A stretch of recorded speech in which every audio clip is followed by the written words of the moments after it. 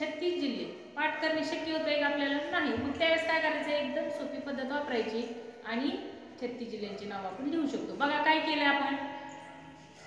अग कमल फूल पाय धुवून रस भजी चहा बनव, हे वाक्य आपण पाठ करून ठेवायचं आणि त्याच्यावरून आपण 36 जिल्ह्यांची नावं लिहू शकतो.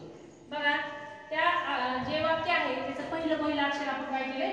लिहून घेतलेलं आहे आणि त्याच्यावरून बरोबर 36 जिल्ह्यांची नावं आपण लिहिलेली आहेत.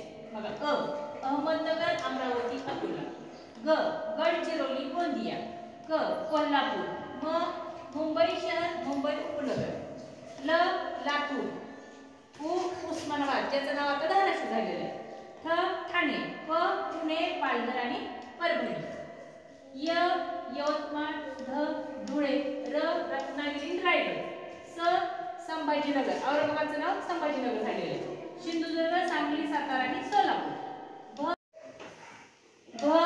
भंडारा, जालना जळगाव, चंद्रपूर, हिंगोली, बुलढाणा बीड, नागपूर नाशिक नांदेड आणि नंदुरबार वर्धा आणि वाशिम. बघा हे पूर्ण सगळे किती आहेत? महाराष्ट्रातील 36 जिल्ह्यांची नाव आहेत.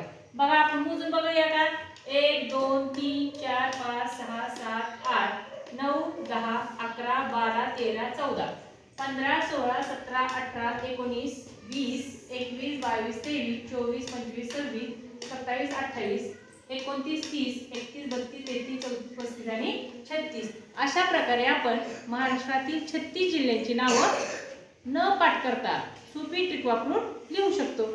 तर हे अशी सोपी पद्धत वापरायची आणि महाराष्ट्रातील 36 जिल्ह्यांची नावं आपण लिहायची आहेत.